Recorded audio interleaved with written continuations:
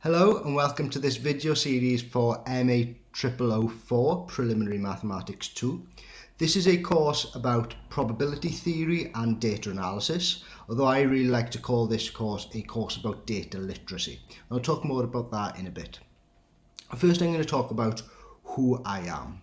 So I'm a Welsh medium lecturer at the School of Maths in Cardiff Uni. That means I do a lot of my teaching in Welsh, but obviously not all of it. I'm doing this course in English. And a lecturer's job really is a job of two halves. There's two halves to my job. The first half, I think you're all very familiar with, is the teaching side of the job. And in that job, my role is to prepare and deliver materials like this. And it's also to help facilitate the feedback cycle between you engaging with the materials, processing those materials, showing me that you've understood those materials or maybe misunderstood those materials, and me keeping that feedback loop going to help you understand the materials and so on. The other half of my job is research. What does doing research in maths mean? So that could mean a variety of things. It could be proving some new theorems, so proving some fundamental truths about maths and the world. It could also mean developing new techniques to help us computationally, or to help us be able to prove certain other things. And it could also mean using a variety of mathematical techniques on new and interesting problems in the world. My research sits in an area called operational research, and that generally means that I use a toolbox of various mathematical techniques in order to help solve real-world problems. Or that could also mean helping develop new mathematical techniques in order to be able to solve these problems. The kind of problems I mean when I say real-world problems, I mean people problems, I mean money problems, and mainly decision problems. A problem where there is a decision to be done and we want to decide what is the best decision. A lot of this involves probability and especially data analysis. So I'm going to tell you some examples of some of the work I've done. So one piece of work I did during my PhD was working with Aneurin Bevan University Health Board, so a health board in South East Wales.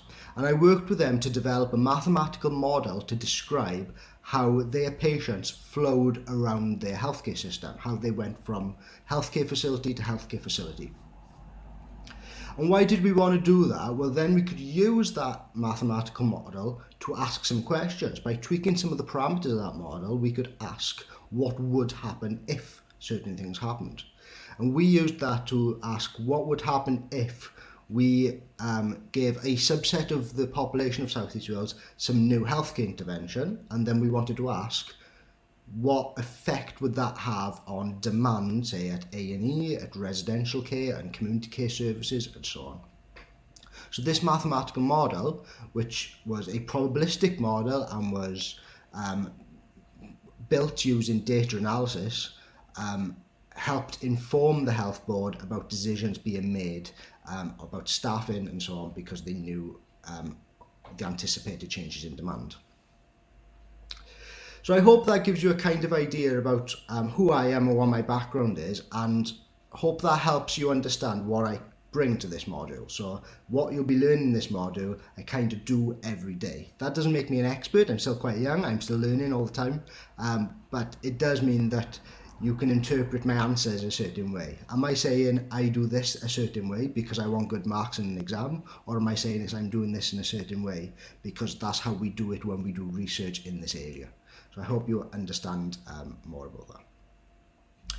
The course itself then, as I said, this is a probability and stats course, but I really like to call this a data literacy course.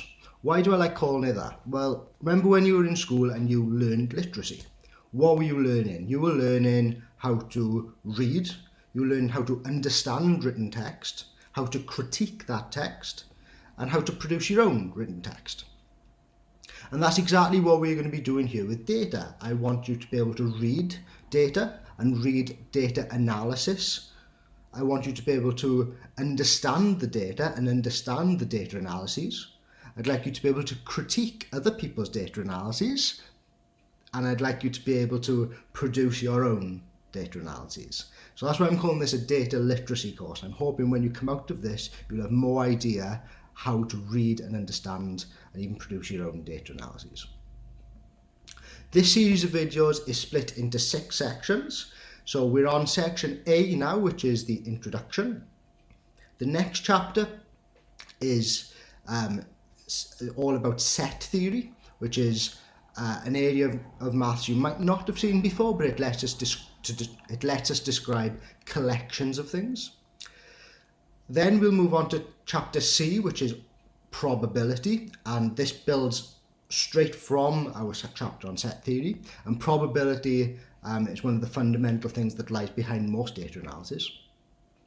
Chapter D, then we're going to go look at data. How do we read data? What different kinds of data there are, and how do we describe data?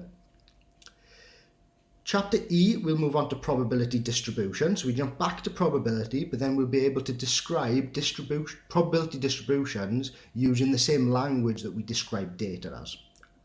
And then finally, we're going to bring all of this together in chapter F, which is statistical inference.